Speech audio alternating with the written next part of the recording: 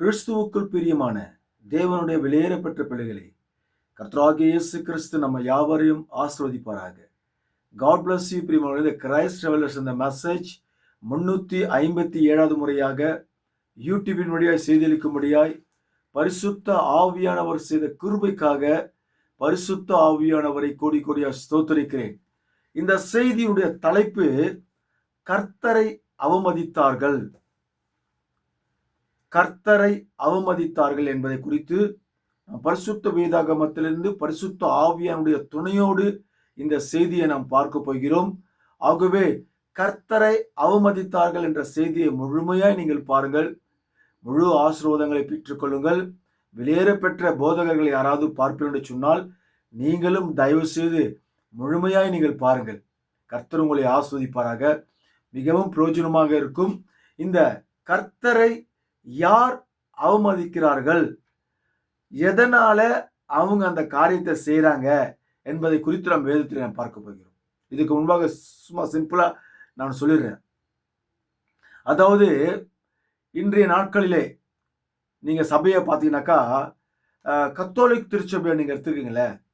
இந்த கத்தோலிக் திருச்சபையை நீங்க பார்த்தீங்கன்னாக்கா அது மிகப்பெரிய ஒரு ஸ்தாபனம். அந்த ஒரு பங்கு இருக்கும். இப்போ ஒரு ஏரியாவில் ஒரு பங்கு கத்தோலிக் பங்கு இருக்குதுன்னு நினைச்சிங்களேன். அந்த பங்குல இருக்கிற மக்கள் அந்த ஃபாதருக்கு விரோதமாக ஒண்ணுமே பேச முடியாது, பேச மாட்டாங்க. அப்படி உண்மையிலேயே அந்த ஃபாதர் ரொம்ப பெரிய தப்பு பண்ணிட்டாங்க. அந்த மக்கள்லாம் இருக்கிற ஒரு குழு என்ன பண்ணுவாங்க, அங்க உள்ள பிஷப்புக்கு எழுதி போடுவாங்க, இந்த மாதிரி ஃபாதர் இப்படி தப்பு பண்றாரு, இவர் நீக்கிட்டு வேற ஒரு ஃபாதரை போடுங்க அப்படின்னு சொல்லுவாங்க. ஆனா அந்த ஃபாதர் நல்ல மாதிரி செய்யறாருன்னு வச்சுங்களேன், ஒரு சின்ன சின்ன தப்பு பண்ண உடனே அந்த ஃபாதருக்கு விரோதமா முறுமுறுத்து அந்த திருச்சியை ரெண்டா உடைக்கிறதோ இல்ல மக்களை பிரிச்சு போகிறதோ இப்படிலாம் அவங்களால செய்ய முடியாது. இஷ்டம் தான் வாங்க, கஷ்டம் தான் ஓடி போடுங்க, உங்களுக்கு கல்யாணம் இல்லை, கல்ற கிடையாது, எதுவுமே கிடையாது, அந்த ஒரு பயம், திருமணம் நடக்காது, அது ஒரு பயத்தினால அங்க உள்ள மக்கள் திருச்சபைக்கு அடிமையா இருப்பாங்க. கத்தோலிக் மதத்துல புரொட்டஸ்டாண்ட் சபைய ஸ்தாபனங்கள், இது நான் ஸ்தாபனத்தை குறித்து பேசுறேன். இந்த புரொட்டஸ்டாண்ட் ஸ்தாபனத்துக்குள்ள மக்கள் எடுத்துக்கங்களேன், அங்க அங்கேயும் மக்கள் முறுமுறுத்து அந்த ஐருக்கு விரோதமா முறுமுறுத்து சபையை உடைக்கிறதோ அங்குள்ள மக்களை பிரிச்சு கொண்டு போய் இன்னொரு சபையை வச்சு நடத்த அதெல்லாம் செய்ய முடியாது. அவங்களாம் அந்த விசுவாசிக இந்த புரொட்டஸ்டாண்ட் ஸ்தாபனத்திலே செய்ய முடியாது. லுத்தரன் சபை எடுத்துக்கங்க, ஸ்தாபனங்கள், இதெல்லாம் நான் சொல்றதெல்லாம் ஸ்தாபனங்கள். இப்படிப்பட்ட பெரிய பெரிய ஸ்தாபனங்களுக்கு விரோதமாக இன்றைய காலத்து மக்கள் அந்த சாமியாருக்கோ போதகருக்கோ அந்த பிரதருக்கோ விரோதமாய் முறுமுறுத்து அங்குள்ள மக்களை கொண்டு போக முடியாது. ஏன்னா இதெல்லாம் ஒரு ஸ்தாபனங்கள். இந்த ஸ்தாபனங்களை ஏற்படுத்துறது யார் என்று பார்க்க போனால், நீங்க வேதத்தின் வழியாகவோ இல்ல ஆராய்ச்சி நீங்க பண்ணி பார்க்க போனாக்கா, பிசாசினால் உண்டாகப்பட்டதுதான் ஸ்தாபனங்கள். அது நல்லா நீங்க தயவு செஞ்சு புரிச்சுக்கீங்க. இது உண்மையான சத்தியத்தை குறித்து கூட பேசுறேன். பிசாசினால் உருவாக்கப்பட்டதுதான் ஸ்தாபனங்கள். சரிங்க, ஓகே. இப்போ ஒரு இண்டிவிஜுவலா ஒரு போதகர், பாஸ்டர், போதகர் எடுத்துக்கீங்க. இப்படிப்பட்ட இந்த போதகர்கள்லாம் தன்னால் அவங்களாவே தேவன் அழைச்சோ இல்லை தேவன் அழைக்காமலோ அவங்க பாஸ்டர் உருவாயிட்டாங்க. ஒரு 10 பேர் இருப்பாங்க, ஒரு 15 பேர் இருப்பாங்க, ஒரு 30 பேர் இருப்பாங்க. இப்படி அவங்க ரொம்ப கஷ்டப்பட்டு ஆண்டவருக்காக உழைச்சி கஷ்டப்பட்டு ஆத்துமாக்களை சம்பாதிச்சு இப்படி ரொம்ப ஆண்டவருக்காகவே உண்மையா பிரசங்கம் பண்ணி உண்மையா அவங்க ஜீவிச்சு இப்படி அவங்க வாழ்ந்து கொண்டிருக்கிற இந்த காலகட்டத்துல அவங்களுடைய கர்த்தருடைய கிருபையினால, இரக்கத்தினால, அவருடைய ஆசீர்வாதத்தினால 50 30 பேர், 50 பேர், 100 பேர், 300 பேர், 500 பேர், 1000 பேர் அப்படி வருவாங்க மக்கள். இப்படிப்பட்ட இருக்கிற ஸ்தாபனமே இல்லாம இண்டிவிஜுவலா நடத்துற ஒரு பாஸ்டர் இருப்பார்ல, அங்கதான் சாத்தான் இருக்கான். ஒன்னே ஒண்ணு அருமை வெளியேற பெற்ற போதகர்களே, உங்ககிட்ட ஒன்னே ஒண்ணு மட்டும் சொல்ல ஆசைப்படுறேன். உங்களுடைய சபையில ஒரு வாலிபனோ ஒரு வாலிப பெண்ணோ உங்களை குறித்து, போதகரை குறித்து முறுமுறுத்து, போதகரை குறித்து அநேக நண்பர்களிடத்துல அவங்க ஒரு குழுவை ஏற்படுத்திக்குவாங்க. அவங்க இப்ப என்னையே எடுத்துக்கங்க, நான் பேசுறேன், என்ன எடுத்துக்கங்க. நான் ஒரு சர்ச்சுக்கு போறேன், அங்க ஒரு 1000 பேர், 500 பேர், 300 பேர் இருக்கிறாங்க. அங்க நான் ஒரு 50 பேரையோ இல்லை 100 பேரையோ இப்படி ஒரு மக்களை ஏற்படுத்தி அந்த ஃபாஸ்டுக்கு விரோதமா நான் முறுமுறுத்து ஒண்ணுக்கு ரெண்டா மக்கள்கிட்ட சொல்லி அவங்களெல்லாம் என்ன பண்றேன்னு கேட்டாக்கா சபையை உடைச்சி வெளியே கொண்டு போயிடுவேன். இது ஏன் நடக்குது? எதுக்காக இது நடக்குது? இது என்ன காரணம் என்ன அப்படின்னு வேதத்தின் வழியாக தான் நம்ம பார்க்க போறோம். சரி, அப்படி நடக்கும்பொழுது இந்த போதகர் என்ன செய்யணும், அவர் போதகர் எப்படி இருக்கணும் என்பதை குறித்தும் இந்த யூடியூப்ல பரிசுத்தாவின் துணையோடு நீங்க பாருங்க, அது செய்தி வரப்போகுது. அதனால இதெல்லாம் ஏன் நடக்குது, ஏன் மக்கள் இப்படி பண்றாங்க, சபையில ஏன் இப்படி மக்கள் பண்றாங்க, பாஸ்டருக்கு விரோதமா ஏன் முறுமுறுக்கிறாங்க, பாஸ்டருக்கு விரோதமா முறுமுறுத்து ஏன் சபையை உடைச்சி இன்னொரு சபையை கொண்டு போறாங்க, அப்படி உடைச்சு கொண்டு போட்டாக்கா அந்த மறுபடியும் அது நிலைச்சு நிற்குமா, அதாவது சண்டை இல்லாம பிரச்சனை இல்லாம அது இருக்குமா? இது ஏன் ஒரு சபையில் நடக்குது, ஒரு பாஸ்டருக்கு நடக்குது? மெயினா நல்லா புரிஞ்சுக்கணும். ஒரு போதகருக்கு விரோதமா விசுவாசிகள் அவருக்கு விரோதமா எழும்புறாங்க அப்படின்னாக்கா நல்லா புரிஞ்சுக்கோங்க. வெளியேறப்பட்ட போதகர்களே, மணவாட்டி பாஸ்டரா இருக்கட்டும், அது ஸ்தாபன பாஸ்டரா இருக்கட்டும், அது எந்த பாஸ்டரா இருக்கட்டும், தேவனுடைய கிருபை, தேவன் உங்களோடு இருக்கிறார் என்பதற்கு அதுதான் ஒரு அடையாளம். எத்தனையோ அடையாளங்கள் இருக்குது, ஆனா இதுவும் ஒரு அடையாளம். தேவன் உங்களோடு இருப்பார் என்று சொன்னால் இப்படி நடந்தே ஆகணும், இது நடக்கணும். அப்படி நடக்கல, சபையில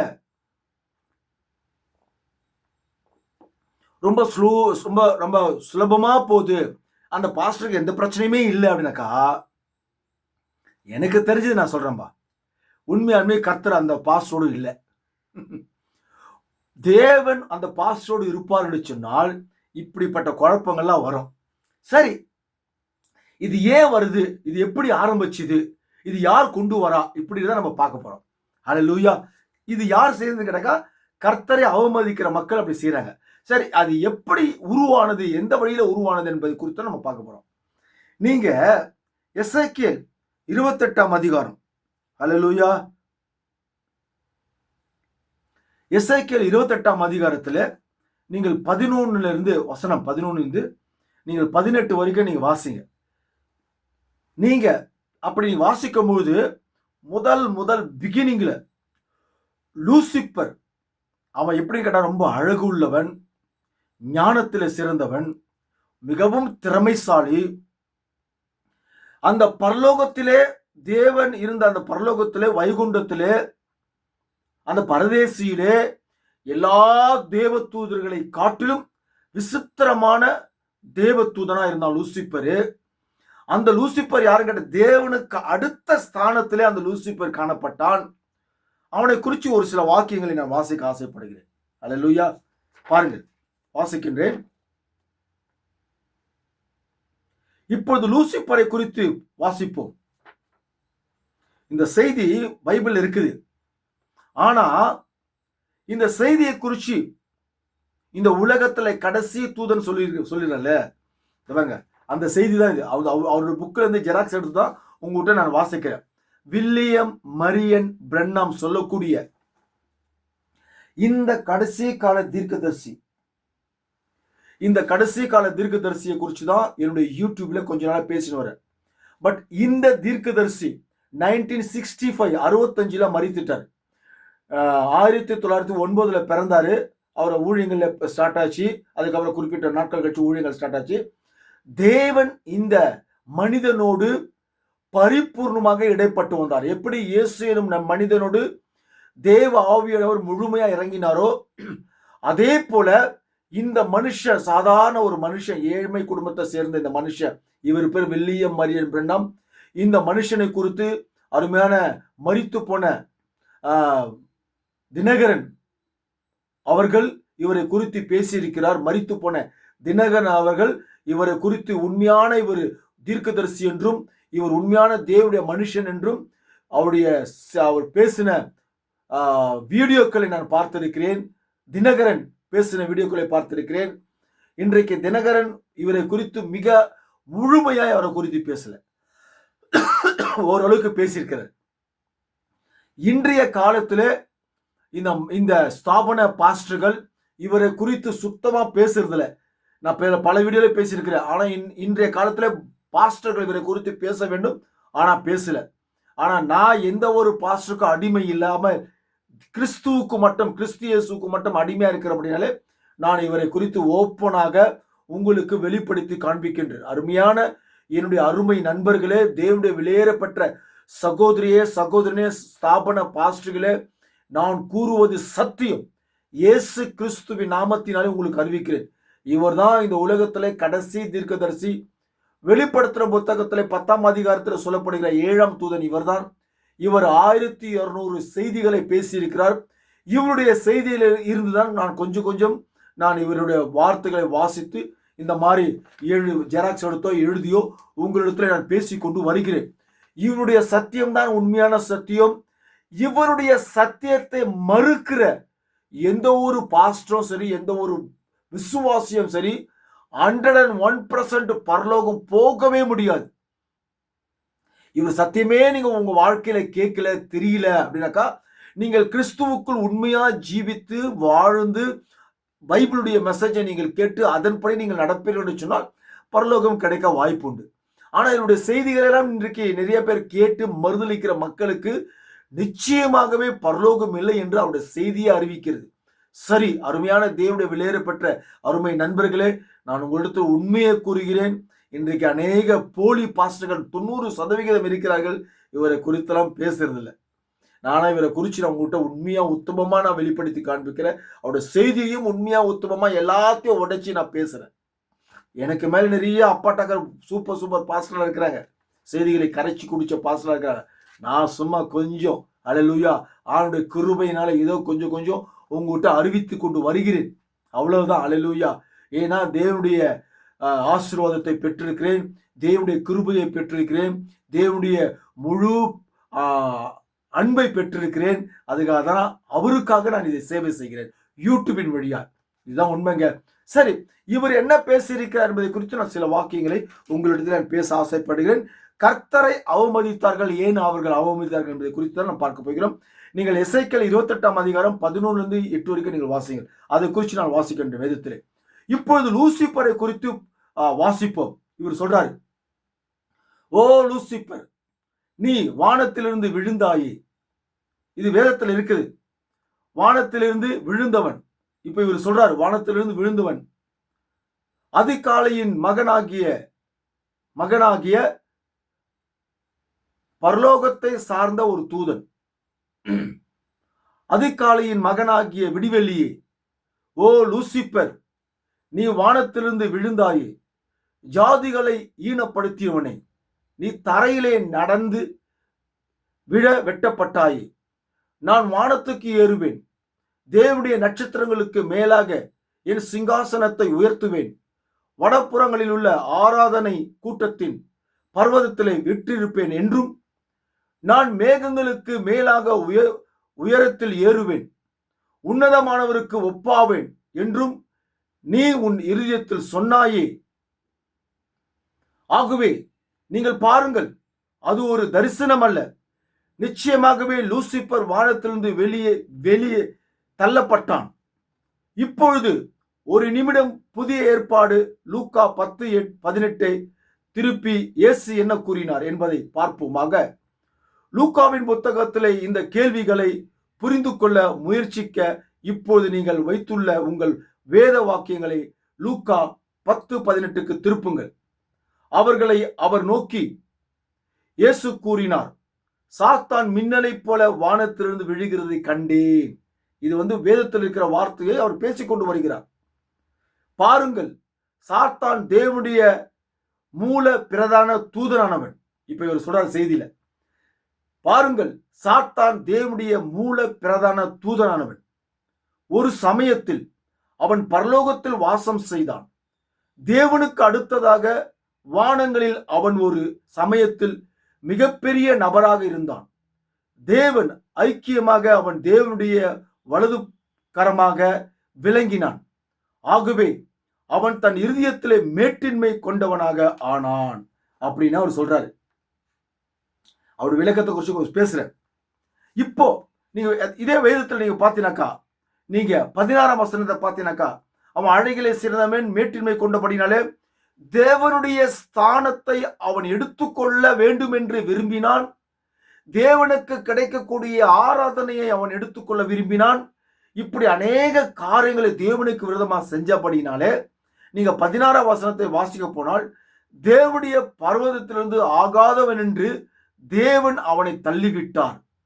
தீர்க்கதரிசி வில்லியம் மரியன் பிரணாம் செய்தியில் நீங்க வாசிக்க போனால், தேவன் அவனை உதைத்து தள்ளிவிட்டார் என்று தீர்க்கதரிசி கூறுகிறார். சரி, அதே நீங்க 13ல பார்க்க போனாக்கா, அது அப்புறம் வாசிக்கிறேன். இப்போ இந்த லூசிபர் சொல்லக்கூடியவன் பரலோகத்திலே தேவனுக்கு விரோதமான காரியங்களை அவன் செய்தபடினாலே, நல்லா கவனிக்கணும், தேவனுடைய ஸ்தானத்தையே எடுத்துக்கொள்ள வேண்டும் என்று அவன் சிந்தித்தபடினாலே, இன்றைக்கு அப்படிதான் நடக்குது சபையில எல்லாம். பாஸ்டுடைய ஸ்தானத்தை நம்ம எடுத்துக்கணும்யா. பாஸ்ட் கிட்ட மட்டும் தான் கர்த்தர் பேசுறாரா? எங்க கிட்டயும் கர்த்தர் பேசுறாரு. உங்ககிட்ட மட்டும் கர்த்தர் இல்லையா? எங்க கிட்டயும் கர்த்தர் பேசுறாரு. எங்க கிட்டயும் புத்தகங்களா இருக்குது. இன்னைக்கு தீர்க்க செய்திலாம் வெளியில வந்துருச்சு. நாங்களும் அதை படிக்கிறோம். எங்களுக்கும் எல்லாமே தெரியும். ரொம்ப ஓவரா பேசுறீங்க ஐயா நீங்களா அப்படின்னு சில விசுவாசிங்க சபையில பேசுறதெல்லாம் உண்டு. ஹல்லேலூயா. இனி ஸ்தாபன பாஸ்டர்ங்க அவங்களும் இது மாதிரிலாம் பேசுறதெல்லாம் உண்டு. இப்படி அவன் இருக்கும்போது தேவன் அவனை பரலோகத்திலிருந்து உதைத்து தள்ளும் பொழுது, நல்லா கவனிச்சுக்கணும், இங்கதான் அவன் ஒண்டியா பரலோகத்தை விட்டு பூமிக்கு வரல. அவனை சார்ந்த அநேக தேவ தூதர்களையும் இந்த லூசிபர் அவன் பக்கமாக பரலோகத்திலிருந்து அநேக தூதரை இழுத்து கொண்டு பூமிக்கு வந்தான். நீங்கள் வெளிப்படுத்தின புத்தகம் 12ஆம் அதிகாரம் 9ஆம் வசனத்தை நீங்கள் பாருங்கள். உலக மனத்தையும் மோசம் போக்குகிற பிசாசு என்றும் சாத்தான் என்றும் சொல்லப்பட்ட பழைய பாம்பாகிய பெரிய வலு சர்ப்பம் தள்ளப்பட்டது. அது பூமியிலே விழ தள்ளப்பட்டது. அதனோடு கூட சேர்ந்த அவனை சேர்ந்த தூதர்களும் தள்ளப்பட்டார்கள். பார்த்தீங்களா? இது பரலோகத்தில் நடந்த ஒரு செய்தியை பரிசுத்த வேதாகமம் கூறுகிறது. அவன் மட்டும் பூமியில பரலோகத்திலிருந்து பூமிக்கு விழவில்லை. அவனை சார்ந்த அநேக தேவ தூதர்களையும் இந்த லூசிபர் இழுத்து கொண்டு பூமிக்கு இறங்கி வந்து விட்டான்.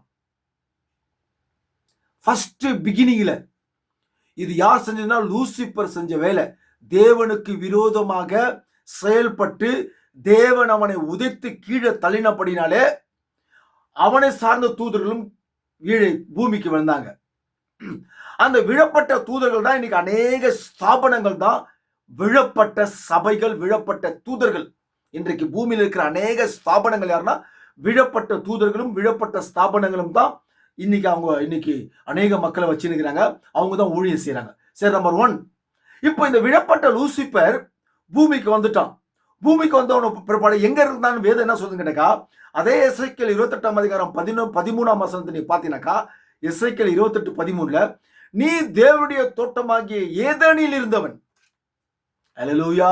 இப்போ அவன் எங்க இருக்கிறான்னு கேட்டாக்கா, ஏதேன் தோட்டத்தில் அவன் இருக்கிறான் என்று வேத வாக்கியம் சொல்லுகிறது. ஏதேன் தோட்டத்தில் அவனுக்கு என்ன வேலை? நண்பர்களே, நான் ரொம்ப சுருக்கமா பேசுறேன், ரொம்ப ஜாஸ்தியில பேசல. ஏன்னா செய்தியை எவ்வளவு ஷார்ட்டா உங்களுக்கு ஸ்வீட்டா சொல்லணுமோ நான் சொல்றேன், முக்கியமான வார்த்தைகளை. இப்போ அங்க என்ன செய்யறான்னு கேட்டாக்கா, ஏதேன் தோட்டத்துல தேவனுடைய வெளியேறப்பட்ட பரிசுத்தமுள்ள பிள்ளைகள், தேவனுடைய பிள்ளைகள் ஆதாமும் ஏவாளும் நிர்வாணமாக அங்கே வாழ்ந்து கொண்டு வருகிறார்கள். இப்போ இந்த ஆதாமையும் ஏவாளையும் ஒரே டைம்ல 2 பேருக்கும் தேவனுடைய வார்த்தையை தாறுமாறா சொல்லி 2 பேரையும் ஏதேன் தோட்டத்தை விட்டு கொண்டு வரல. அவன் பாருங்க, அந்த பிகினிங்ல பரலோகத்துல என்ன செஞ்சாதான் அதை தான் பூமியில மறுபடியும் ஸ்டார்ட் பண்றான். பிகினிங்ல ஃபர்ஸ்ட் ஏவாள் கிட்ட போயிட்டு நீங்க வேதத்தை வாசித்து பாருங்க. ஆதியாகமம் 3ஆம் அதிகாரத்தை கையெடுத்து கும்பிடுற நீங்க அதை வாசிங்க. பயங்கரமான ரகசியம் அங்க அடங்கி இருக்குது. ஆதியாகமத்தில் இருக்கிற புத்தகம் 1ஆம் அதிகாரம் 2ஆம் அதிகாரம் 2ஆம் அதிகாரம் 3ஆம் அதிகாரத்துலாம் தேவனுடைய ஆவிக்குரிய போஜனம், ஆவிக்குரிய ரகசியம் அங்கே பயங்கரமா அடங்கி இருக்குது. அற்புதமான விலையேறப்பட்ட தாசன், தேவனுடைய குமாரன், வில்லியம் மரியன் பிரணாம் சொல்லக்கூடியது. இந்த தேவனுடைய குமாரன் ஆதியாகமத்திலிருந்து வெளிப்படுத்தின புத்தகம் வரைக்கும் தேவன் அவருக்கு வெளிப்படுத்தின ரகசியங்களை, வெளிப்பாடுகளை குறித்து மிகவும் அற்புதமாக, அழகாக, ஓப்பனாய் பேசியிருக்கிறார். 1600 மெசேஜ் அதுல குறித்து நான் இவ்வளோ வீடியோல நான் பேசியிருக்கிறேன். இருந்தாலும் நான் சும்மா மேலோட்டமா தான் நான் சொல்ல முடியாது. அங்க இந்த ஆதாமையும் ஏவாளையும் அங்க தேவனுடைய பிள்ளைகளை ஏவாளை முதல் லூசிபர் சந்தித்து, ரொம்ப டீப்பா போலங்க, ரொம்ப ஆழமா போலங்க, ரொம்ப டைம் இருக்காது எனக்கு. நான் இது குறித்து நான் பேசிட்டேன். சும்மா ஓரளவு பேச இவங்க அதாவது என்ன செய்யறாங்கன்னு சொல்லிட்டு சாத்தான்ல என்ன செய்யறான்னு சொல்லிட்டு நான் பேசுறேன். இந்த லூசிபர் ஏவாளிடத்துல தேவனுடைய சத்தியத்தை கொஞ்சம் ஸ்லைட்டா மாத்தி தேவனுடைய வார்த்தையை அவங்களுக்கே பேசி, உங்களை போய் தேவன் சாவடிப்பாரம்மா, நீங்களா தேவனுடைய பிள்ளைங்க, அப்படியெல்லாம் உங்களை சாகடிக்க மாட்டாரு, மரணத்துக்குள் கொண்டு போக மாட்டாரு, அப்படி இப்படி நயவஞ்சகமாக பேசி ஃபர்ஸ்ட் பிகினிங்ல ஏவாளை அவன் பக்கமா இழுத்து கொண்டான். ஏவாளை அவன் பக்கமா இழுத்து கொண்ட பிற்பாடு இந்த ஏவாள் ஆதாமுக்கு உபதேசம் பண்ணி ஆதாமு சாத்தான் பக்கமா இழுத்து கொண்டா ஏவாள். இப்ப பாருங்க, ஏதேன் தோட்டத்தை விட்டு சாத்தான் அவன் பக்கமாக அவனுடைய உலகத்துக்கு, சாத்தானுடைய உலகத்துக்கு, லூசிபர் உலகத்துக்கு அவன் கொண்டு வந்துட்டான். முடிஞ்சு போய் சாப்டர் க்ளோஸ். இப்ப 2 காரியம் சொல்லிட்டேன். இப்ப இந்த லூசிபர் பரலோகத்திலையும் அநேக தேவதூதரை இழுத்து கொண்டு வந்துட்டான் தேவனுக்கு விரோதமா. இப்ப தேவனுக்கு விரோதமா ஏவாளையும் ஆதாமியும் ஏதேன் தோட்டத்தை விட்டு வெளியே கொண்டு வந்து விட்டான். 2 சாப்டர் முடிஞ்சு போச்சு. இப்ப 3வது சாப்டர் வாசிக்கிறேன். சரி, இப்போ தீர்க்கதரிசி வில்லியம் மரியன் நம்முடைய செய்தியை குறிச்சு கூட்ட நான் வாசிக்கிறேன். இப்ப நான் பாசது இல்லையா எசேக்கியேல் 28ஆம் அதிகாரத்துல. இப்ப அங்க பாருங்க, இன்றைக்கும் 28ஆம் அதிகாரம் அந்த 11 18 வரைக்கும் வசனங்கள்ல, இன்றைக்கும் அந்த விதமான வழியிலேயே ஜனங்கள் பெற்றுக்கொள்கின்றார்கள் அல்லவா? தேவன் ஒரு நபரை ஆசீர்வதித்து அவன் பேரில் சிறிது நம்பிக்கை வைப்பாரானால், தேவன் ஒரு நபரை ஆசீர்வதித்து அவன் பேரில் சிறிது நம்பிக்கை வைப்பாரானால், பிறகு அவன் எல்லாம் தெரிந்த ஒருவன் என தன்னை நினைத்துக் கொள்ளுகிறான். பிறகு அவன் ஒரு ஸ்தாபனத்தையே அல்லது வித்தியாசமாக தென்படுகிற ஏதோ ஒன்றையே அவன் செய்ய ஆரம்பித்து விடுகிறான். ஓ லூசிபர், நீ வானத்திலிருந்து விழுந்தாயே. பாருங்க, இந்த விசுவாசிங்களாம் இப்ப தீர்க்கதரிசி சொன்னது போல கொஞ்சம் விசுவாசத்துல வந்த பிற்பாடு, கொஞ்சம் பைபிள்ல நல்லா தெரிஞ்ச பிற்பாடு, உடனே அந்த சபையில விட்டு அவன் நானும் எனக்கும் கர்த்தர் ஆசீர்வதிக்கிறாரு, கர்த்தர் எனக்கு அந்நிய பாஷை கொடுத்திருக்கிறாரு, கர்த்தர் எனக்கு வரங்களை கொடுத்திருக்கிறாரு, தீர்க்க தரிசன வரத்தை கொடுத்திருக்கிறாரு, பேய் ஓட்டக்கூடிய வரத்தை கொடுத்திருக்காரு, அப்ப கர்த்தர் என்ன ஊழிச்சில அழைச்சிருக்கிறாரு சொல்லிட்டு இவங்க பாஸ்டருக்கு விரோதமா கொஞ்சம் அப்படியே முறுமுறுத்து பாஸ்டரை விட்டு வெளியே போயிருது. ஸ்தாபனத்தில் நடக்குது.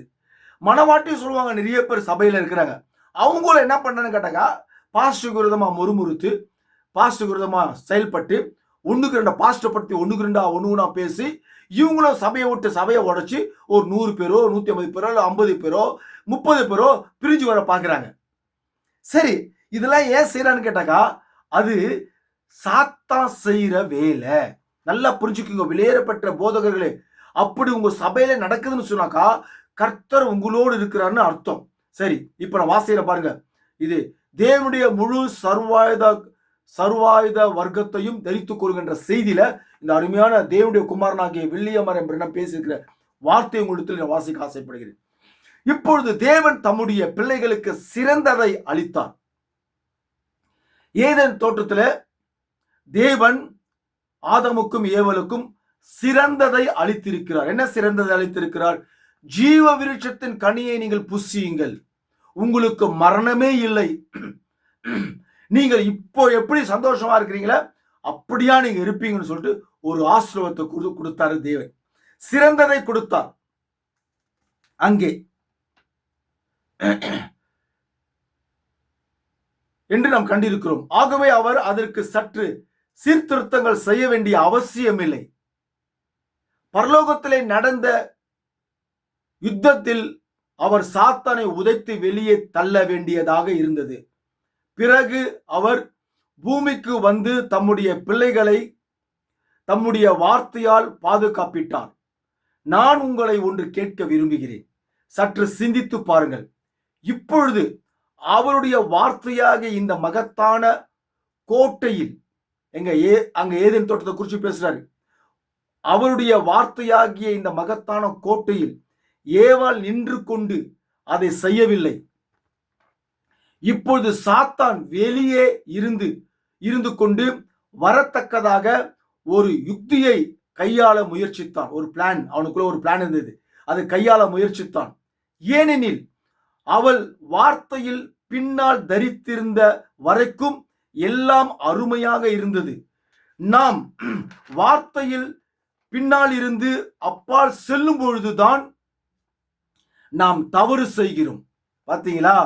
வார்த்தையிலிருந்து, தேவனுடைய வார்த்தையிலிருந்து பின்னால் செல்லும் பொழுதுதான் இந்த உலகத்திலே ஒவ்வொரு விசுவாசியும் தவறு செய்து கொண்டு வருகிறான். வார்த்தை உங்கள் முன்பாக செல்லும்படிக்கு விட்டு விடுங்கள். அது குழியை நிரப்பி நீங்கள் அதனுடன் நடந்து செல்வீர்கள். ஏதேன் தோட்டத்தில் மத சம்பந்தமான வஞ்சகத்தை அவன் ஆரம்பித்தான். அன்று முதல் அன்று முதல் தேவனுடைய வெளியேறப்பட்ட அருமை நண்பர்களே, போதகர்களே, புரிந்து கொள்ளுங்கள். என்னடா இந்த சபை விசுவாசிங்க எப்பப்பா நமக்கு விரோதமா பேசுறாங்களே, நம்மளுக்கு டென்ஷன் பண்ணி நேர்கிறாங்களே, அப்படிலாம் நினைச்சு சபையிலே தாறுமாறாக உங்க விசுவாசிகளை குறிச்சு கோவப்பட்டு தயவு செஞ்சு பேசாதீங்க. இது கர்த்தராக இயேசு கிறிஸ்து உரைக்கிற வார்த்தை. கேளுங்க. ஏதேன் தோட்டத்தில் மத சம்பந்தமான வஞ்சகத்தை அவன் ஆரம்பித்தான். அன்று முதல் அது நீடித்து வருகிறது. நடக்கணுமா? உன் சபையில நடக்கணும். நடந்தாதான் கர்த்தர் உங்களோட இருக்கிறார் என்பதற்கு தெரியும். பல ஆதாரங்களை காமிக்கிற பாருங்க.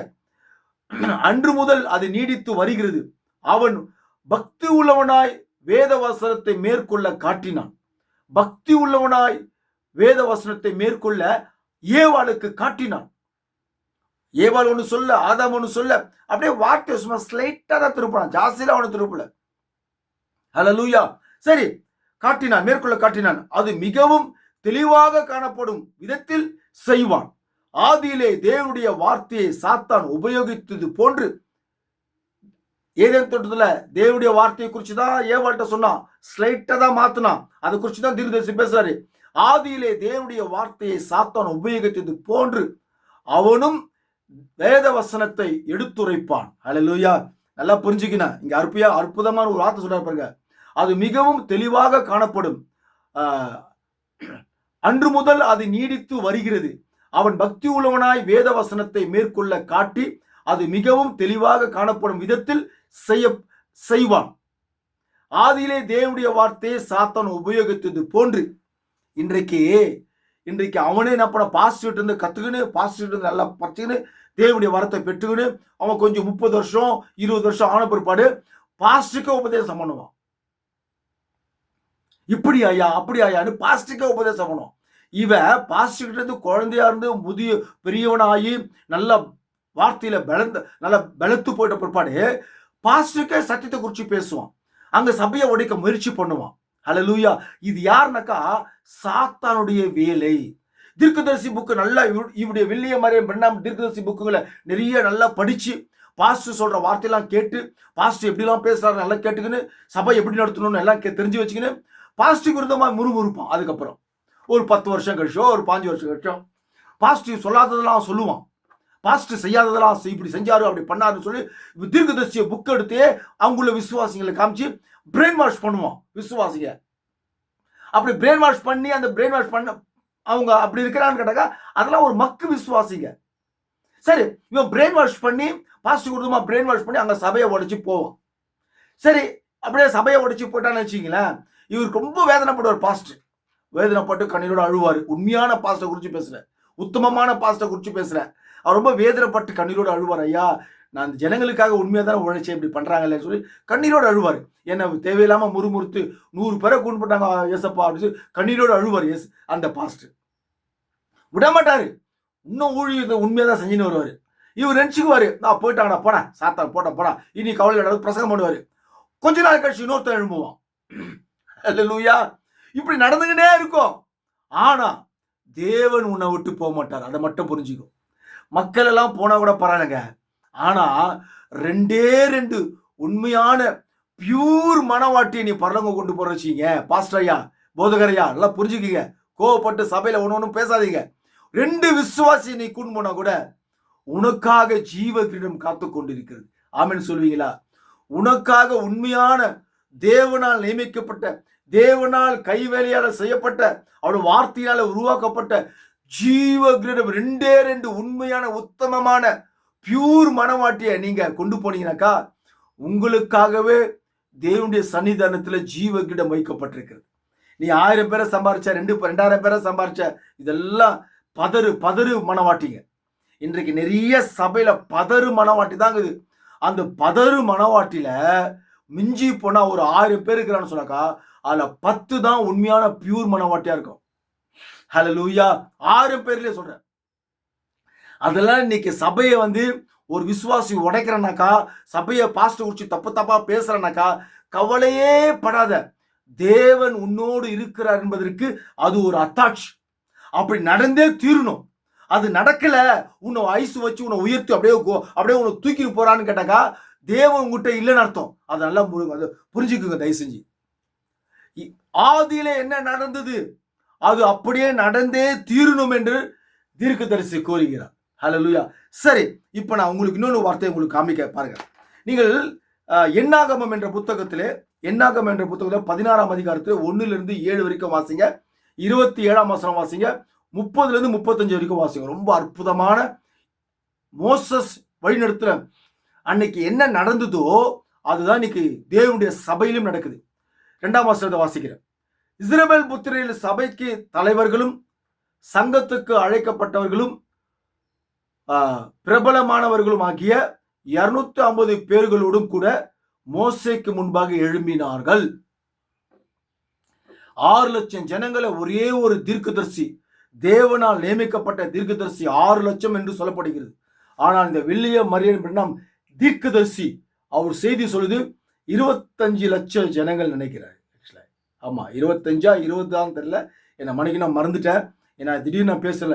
25 லட்சம் ஜனங்கள் அல்லது 20 லட்சம் ஜனங்கள், 25 லட்சம் ஜனங்கள் தீர்க்கதரிசி சொல்றாரு மோசஸ் வழி நடத்தினாருன்னு சொல்லிட்டு. சரி, அப்படியே பாருங்க. கர்த்தர் மோசையோடும் ஆரோனோடும் பேசி கர்த்தர் மோசையோடு இருந்தார்.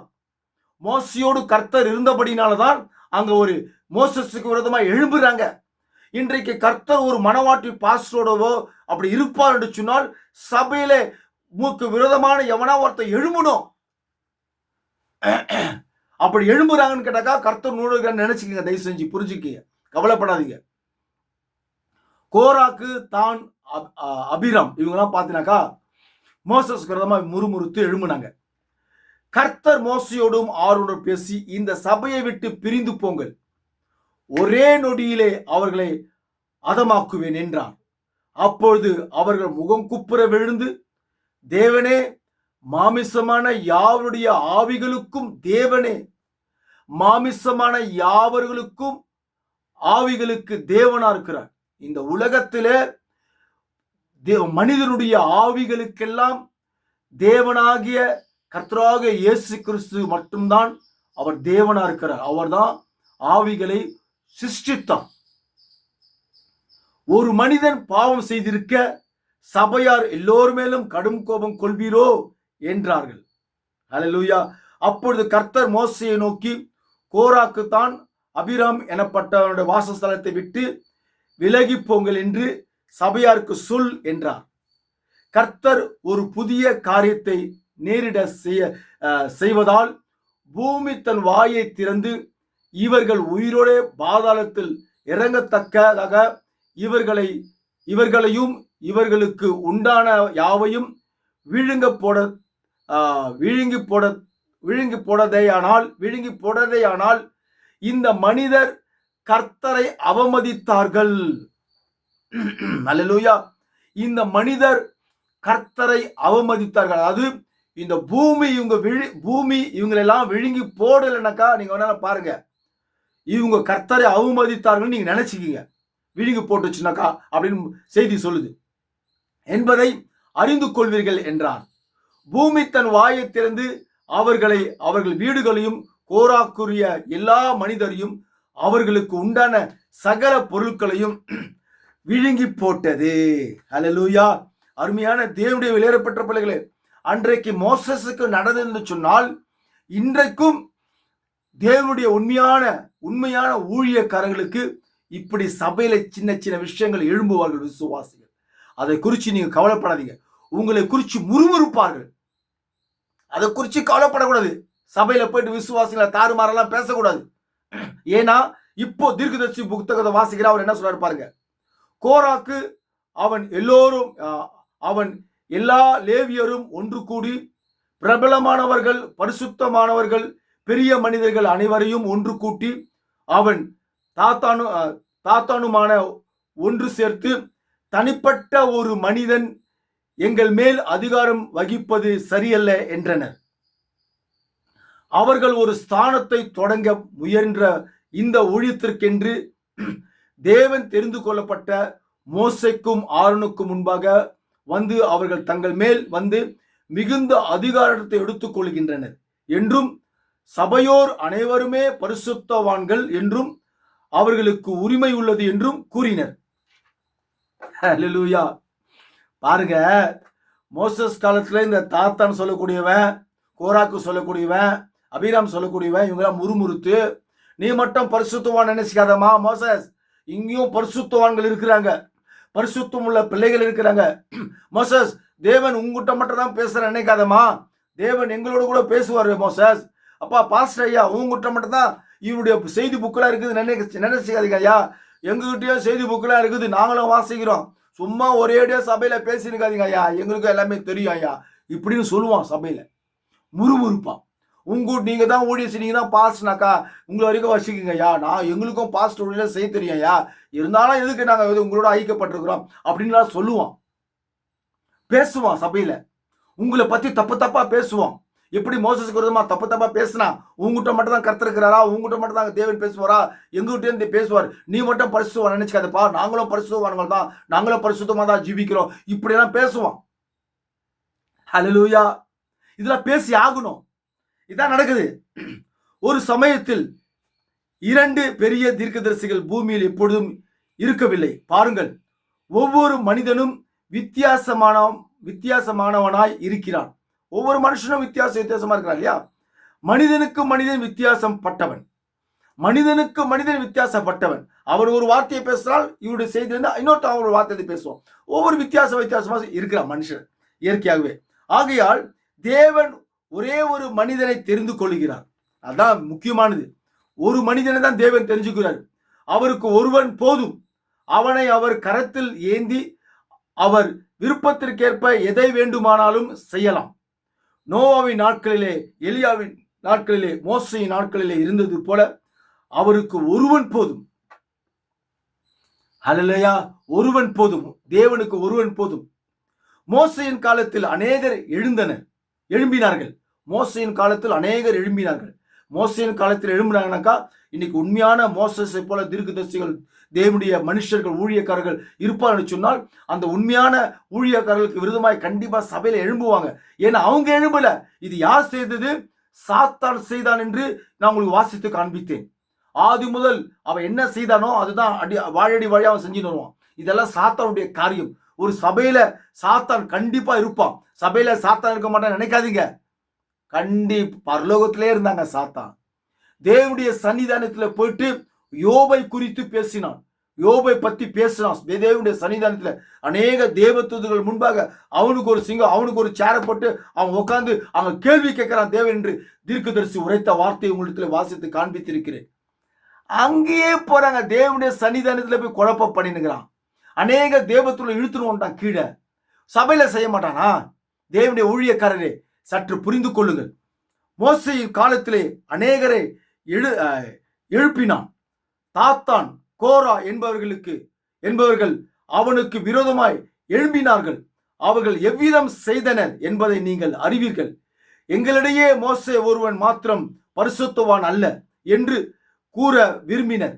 அப்பொழுது தேவன், நீங்கள் அவர்களை விட்டு பிரிந்து போங்கள், நான் பூமியை பிளந்து அவர்களை விழுங்கி போடுவேன் என்றார். பாருங்கள், இஸ்ரவேல் ஜனங்களை முறியடித்த போது, இஸ்ரவேல் ஜனங்கள் முறுமுறுத்த போது விசுவாசிகள் உங்க சபையிலே பாஸ்டரை குறிச்சு முறுமுறுத்தாங்கனாக்கா இப்படி செய்யுங்க. தயவு செஞ்சு பாஸ்டர்களே, போதகர்களே, வெளியேறப்பட்ட அருமை நண்பர்களே, சகோதரனே, பாஸ்டர் ஐயா, இப்படி செய்யுங்க. இஸ்ரவேல் ஜனங்கள் முறுமுறுத்த போது மோசேசுக்கு விரோதமா கர்த்தர் அவர்களை எல்லோரையும் அழித்து போடுவதாக சொன்னார். ஆனால் மோசே கிறிஸ்துவின் ஸ்தானத்தை வகித்தான். அவன் தான் உண்மையான பாஸ்டர். இன்றைக்கு கிறிஸ்துவின் ஸ்தானத்தை ஒவ்வொரு பாஸ்டரும் வகிக்க வேண்டும். அல்லேலூயா. அப்படி நீங்க கிறிஸ்துவின் ஸ்தானத்தை நீங்கள் எடுத்துக்கொண்டீங்கன்னு சொன்னேக்கா இப்படி செய்வீங்க. நீங்க ஆண்டவரே இதை செய்யாதிரும் என்று மன்றாடினான். பாருங்கள், உண்மையாகவே மோசே இம்மத்தியஸ்த ஊழியத்திற்கென்று நியமிக்கப்பட்டிருந்தபடினால் அவர் மோசேயை கடந்து இஸ்ரவேல் ஜனங்களை அழித்து போடவில்லை. அல்லேலூயா. பார்த்தீங்களா?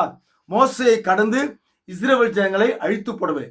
மோசஸ் எப்படி மன்றாடினான் என்று நீங்கள் வேதத்திலே பாருங்கள். அப்படி மன்றாடினான் மோசஸ் தேவன்கிட்ட. அதே போல இன்றைக்கு உங்களுக்கு விரோதமா சபையில ஒருத்தர் பேசுறானாக்கா தேவன் உங்களோடு இருக்கிறார் என்பது பொருள். அதை மட்டும் மறக்காதீங்க. சபையில போயிட்டு அந்த விசுவாசியை போயிட்டு அப்படி இப்படிலாம் தாறுமாறா பேசாதீங்க. ஹல்லேலூயா. அப்படி பேசுனீங்கன்னாக்கா நல்லா புரிஞ்சுக்கோங்க, அது ஊழியக்காரகட்டும் யாராகட்டும். ஏன்னா அவனும் தேவனுடைய பிள்ளையா இருக்கிறான். ஏதோ சாத்தான் அவனுக்குள்ள போயிட்டான். எப்படி யூதாஸ்குள்ள சாத்தான் போய் இயேசுவை காட்டி கொடுத்தான்னு வேத வாக்கியம் சொல்லுகிறது. அப்ப இன்றைக்கு ஒவ்வொரு மனுஷனுக்குள்ளேயும் சாத்தான் போறான். அப்ப சாத்தான் உள்ள போறதுனாலதான் ஊழியக்கார விரோதமா அவன் பேசுறான். அதனால ஊழியக்காரருக்கு விரோதமா அவன் பேசல, அவனை சபிக்கிறதோ அவனை கடிந்து கொள்றதோ இருக்கக்கூடாது. ஏன்னா இந்த அருமையான சகோதரன் தேவனுடைய குமாரன் வில்லியமாரன் என்ன சொல்றாரு, நீங்கள் இந்த சிறியவரையில் நீங்கள் ஆசீர்வதிக்கிறீங்கன்னு சொன்னாக்கா தேவனையே ஆசீர்வதிக்கிறீர்கள் சொல்றாரு. அப்ப இந்த சிறியவனை நீங்கள் சபிப்பீர்கள் சொன்னால், அருமையான போதகனே, தேவனையே சபிக்கிற மாதிரி. அவனும் தேவனுடைய மனுஷன் தான், இக்காலத்துக்குரிய மனவாட்டி பிள்ளைகளும். ஆனா சாத்தான் அவனுக்குள்ள போட்டு கலகம் பண்ணுகிறான். நம்ப அவனை சபிக்க கூடாது, நம்ப அவனை எதுவுமே சொல்லக்கூடாது. நீங்க அவனை கிறிஸ்துவிடம் ஒப்பு கொடுத்துடணும். இதுதாங்க செய்யணும். உங்களுக்கு விரோதமா பேசுறானா, உங்களுக்கு விரோதமா செயல்படுறானா, சபையில ஒரு விசுவாசியோ இல்ல சகோதரனோ செயல்படுறானா, நீங்க அவனை டைரக்டா போய் ஃபர்ஸ்ட் பேசுங்க. அவனை கூப்பிட்டு பேசுங்க. இது நான் சொல்லல, நீ யாரா சொல்றதுக்கு அப்படின்னு ஒரு சில பாஸ்டருங்க பேசுனீங்கன்னாக்கா அதுக்கப்புறம் நான் ஒன்றும் சொல்ல மாட்டேன். நான் ஒன்றும் சொல்றது இல்லை. ஹல்லேலூயா. நீங்க அந்த லட்சணத்துல நீங்க புக்குங்களை வாசிங்கன்னு அர்த்தம். சரி, இதை குறிச்சு பாருங்க. தீர்க்கதரிசி செய்தி என்ன சொல்றது, இன்று இரவில் எனக்கு ஒருவன் சத்ருவாக இருக்கிறான் என்று எனக்கு தெரிந்திருந்தால், தீர்க்கதரிசி வில்லியமாரன் சொல்றாரு, எனக்கு ஒருவன் சத்ருவாக இருக்கிறான் என்று எனக்கு தெரிந்திருந்தால் அப்படி இருக்கவும் கூடும், இருக்காமல் இருக்கவும் கூடும். ஆனால் இருந்தாலும் அவர் யார் என்று எனக்கு தெரியாது. யார் சர்ச்சில் என்னை பத்தி தப்பு தப்பா பேசுறான்னு எனக்கு தெரியல. ஏதோ மூப்பருக்கு ஒவ்வொரு நிமிஷமா சொல்லி பாஸ்டர் மென்டல் ஆக்குறாங்க. மூப்பர்களே, உங்களுக்கு தயவா உங்களை சொல்றேன், எல்லாத்தையும் பாஸ்டர்கிட்ட போய் சொல்லாதீங்க. நீங்களா வச்சுக்கின்னு அந்த சபை அந்த கூடாரத்துல போய் நீங்க உங்களால முடிஞ்ச அறிவுரையும் புத்திமதியும் ஃபர்ஸ்ட் போய் சொல்லுங்க. அவங்களால முடியாம இருந்த காலத்துல தான் மோசஸ்கிட்ட போய் சொன்னாங்க. மற்றதெல்லாம் மோசஸ் நியமிச்சா பாருங்க, 100 பேருக்கு ஒருத்தன், 50 பேருக்கு ஒருத்தன், 1000 பேருக்கு ஒருத்தன் சொல்லிட்டு அவனே சரிப்படுத்திட்டான். ஆனா இன்னைக்கு இருக்கிற மூப்பர் டம்மி மூப்பராகிறாங்கப்பா சர்ச்சில். என்ன சொல்றதுன்னே தெரியல. எது இருந்தாலும் போய் சொல்லி அவரை பிபி ஏற்றி விட்டு அவரை சுகர் ஏற்றி விட்டு கோவப்படுத்தி விட்டு இப்படியே இருக்காதீங்க தயவு செஞ்சு. நீங்க நல்ல மூப்பரா இருக்க முடியாது. மூப்பர்னா என்னது, பாஸ்டருக்கு அசிஸ்டன்ட் எல்லாம் சகல உரிமையும் அவனுக்கு இருக்குது. ஒவ்வொரு விசுவாசிக்கு அறிவுரை சொல்றதுக்கும் திட்டுறதுக்கும் எல்லா உரிமையும் உங்களுக்கு இருக்குது. நீங்களே முதல்ல அங்குள்ள சர்ச்சை பிலிவரெல்லாம் சரிப்படுத்த முயற்சி பண்ண பாருங்க. உங்களால முடியல, உங்களால நீங்க சொல்லியும் கேட்கலனாக்கா கடைசியில போய் சொல்லுங்க அவர்கிட்ட. அவர் ஜபத்துல வச்சுக்கிட்டோம். ஹல்லேலூயா. இங்க பாருங்க, இருந்தாலும் அவர் யார் என்று எனக்கு தெரியாது. பாஸ்டர் ஐயா, அவர் யாரோ ஒருத்தன் பேசுறான்னு வச்சுக்கீங்களா, உங்களை பத்தி உங்களுக்கு தெரியல. ஆனா மூப்பர் கொட்ட கலகம், ஐயா இது மாதிரி பேசுறான், அது மாதிரி பேசுறான், சும்மா சொல்லுங்கிறான். நீங்க அவர் யார் எதுன்னு நீங்க தீர விசாரிக்கிறீங்க. சரி, இப்ப என்ன சொல்ற பாருங்க, அப்படி யாராவது இருந்தால் நான் போய் முதலில் அதை சரி செய்து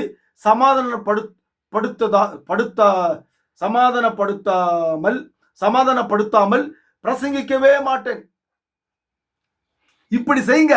உங்களை குறிச்சு யார் என்ன பேசுறா அவனை டைரக்டா கூப்பிடு, உங்க எதிர்க்க உட்கார வைங்க. அருமை சகோதரனே, தேவனுடைய மகனே, என்னப்பா பிரச்சனை உனக்கு? நான் உனக்கு என்ன செஞ்சேன்? நான் உன்னை பத்தி யார்கிட்ட எதுவும் பேசலையே, என்ன பிரச்சனை மக்கண்ணா? தோல்ல கைப்படுங்க, அன்பா பேசுங்க, அவனோட அடிக்கடி அவனை கூப்பிடுங்க, அவங்ககிட்ட அன்பா பேசிக்கிட்டே இருங்க. சாத்தான் அவனை விட்டு போயிடுவான். நீங்க அவனை கூப்பிட்டு உட்கார வச்சு பேசல, அந்த சகோதரியை உட்கார வச்சு பேசல, நீங்க முதல்ல அதை செய்யுங்க. அவனை உட்கார வச்சு முதல்ல பேசுங்க. அவன் கூட உட்காந்து தோள் மேல கையை போட்டு பேசுங்க. தோள் மேல கையை போட்டு பேசுங்க. ஏன்னா தேவன் உங்களோடு இருக்கிறார். உங்க கை அவன் மேல பட்டதுன்னா சாத்தானுக்கு எரிச்சல் வரும். சாத்தான் அவனை விட்டு போயிடுவான். இது உண்மை நான் சொல்றது. அவன் தோள் மேல கை வச்சு பேசுங்க. அன்பா பேசுங்க. அவர் சொல்றாரு பாருங்க, அப்படி நான் பேசலனாக்க என்னால பிரசங்கமே பண்ண முடியாது. ஏனெனில் நான் எவரிடத்திலும் எதையும் வைத்திருக்க கூடாது, அல்லது நாம் செய்யக்கூடிய ஏதாவது இருந்தால் எவரும் எங்களுக்கு எதிராக எதையும் வைத்திருக்காதபடிக்கு நாம் செய்திருக்கிறோம் பாருங்கள். இப்பொழுது அது நீ ஒரு சகோதரனுக்கு விரோதமாக எதையாவது வைத்திருந்தால் என்று சொல்லவில்லை. அல்லேலூயா. ஒரு சகோதரன் உனக்கு விரோதமாக எதையாவது வைத்திருந்தால், ஒரு சகோதரன் பாஸ்டருக்கு விரோதமாக எதையாவது வைத்திருந்தால், அதனால்தான் அவன் முறுமுறுத்து பேசுறான். ஏதோ அவன் மனசுல இருக்குது, ஏதோ அவன் திங்கிங் மைண்ட் மனசுக்குள்ள இருக்கிறான். பாஸ்டர் விரோதமா முறுமுறுத்து, ஜனங்களுக்கு விரோதமா முறுமுறுத்து சபையை உடைக்கணும்னு பாக்குறான். ஆனா அவன் வைத்து இன்னொரு சபையை போய் வச்சு அங்க அந்த சபை உடஞ்சு போயிடும். அவனுக்கு தெரியாது. அது இன்னைக்கு அதுதாங்க நடக்குது. ஒவ்வொரு சர்ச்சில் கொஞ்சம் சர்வீஸ் ஆன உடனே சபையை உடைச்சு இன்னொரு சர்ச்சுக்கு கொண்டு போறது. ஏன் இப்படி பண்றாங்கன்னாக்கா, அது சாத்தான் அவர்களை உபயோகப்படுத்துகிறான் என்பதை நீங்கள் மறக்காதீங்க. சரி என்று சொல்லுகிறது. அதாவது ஒரு சகோதரன் உனக்கு விரோதமாக எதையாவது வைத்திருந்தால் என்று சொல்லுகிறது. பாருங்கள், அவன் வைத்திருந்தால் நீ அவனிடம் செல்லு.